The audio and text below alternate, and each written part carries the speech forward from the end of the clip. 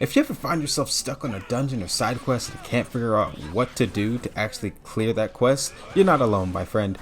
What's going on, everybody? My name is iBelvee, and here are a few of my tips to help you clear those quests and get you on the path to becoming a snack master. Let's get into it. Alright, so first on the list we have check your level. So before you actually embark on a quest, it's a good idea to actually confirm what level is recommended. That way you're not just going around taking a quest head on without knowing exactly what's going to be out there in the wild. Yeah, I know what I mean. Nope. Alright, so if you don't know what your level is at currently, what you can do is check by going into the Pixie pod and just going to your Pixie diary or Pixie profile, and on the top right I believe you should be able to see your level and compare that to the recommended level for that quest that you want to embark on.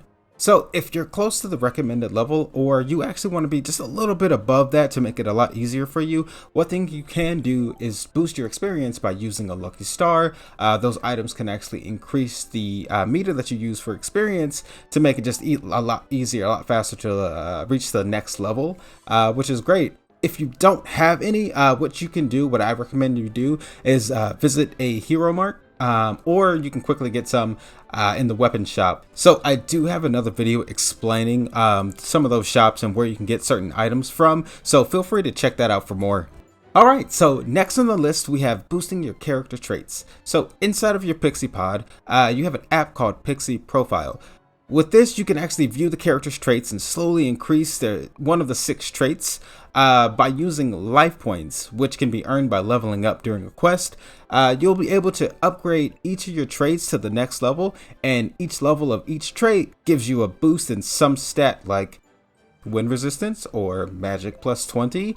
So it's definitely beneficial for you to look into that and do that. Each time you increase your level, it does also increase the amount it will take to get to the next level for that character trait. So don't boost everything at once because you'll end up just losing a lot more.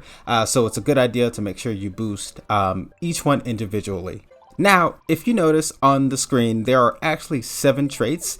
There's one trait that you can't boost, which is luck, which, you use life points and all that, but it doesn't work for this. To actually boost your luck, you have to use what's called a karma bomb. I do, like I said, have another video on that, but this can be won in the hero mart. So go ahead and visit that in the pick a price section and try to get yourself a karma bomb. Alright, so another thing on the list is that making sure that you have your gear and your weapons fortified.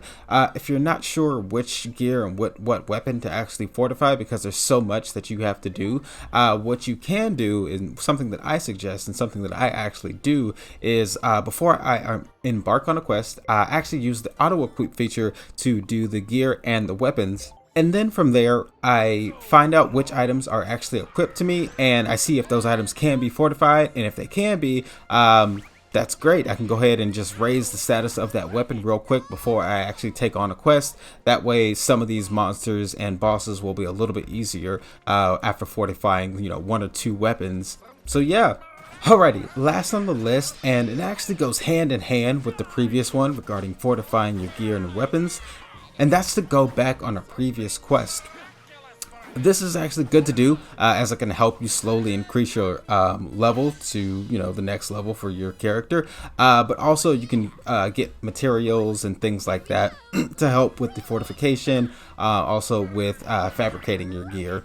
But the main thing I want to point out about doing this is because you actually get a reward when you complete that quest, and that item is usually something that you already have. So let's say I wanted to upgrade my spear and fortify that. What I actually need to do, I need the materials that it needs to have to be fortified to the next level, and B, I actually need a duplicate of that same item to be able to do it successfully. So with that in mind, there is a downside. Of course! You actually aren't always rewarded with that weapon after you complete the quest. From my research, what I found is that it's kind of random, that you have to do a certain amount of things that the quote-unquote kingdom feels is valuable enough for you to receive the ultimate reward of that prize. I'm gonna kill myself! I'm going to kill myself, and it's your fault! So yeah, try to go in there and do your best. I would take out a whole bunch of monsters and things like that, and hopefully that will increase your chances of actually getting the prize that you really need so you can fortify that weapon. Alright, so those are my tips. Another little tip that I can give you is actually take some consumables to increase your stats before battling monsters. Also, this one's pretty straightforward, but don't just stand there while you're actually fighting somebody. Try rolling and shielding to get out of the way to avoid taking more damage and causing your team a defeat, because you don't know how to dodge, rookie. Alright guys, that's it for today. I hope you enjoyed this video. If you did, please give it a like as it helps the channel. Subscribe and hit that bell to be notified when I drop another video. Also, leave me a comment down below on what you guys want to see next. And as always, I'll see you guys in the next one. Later.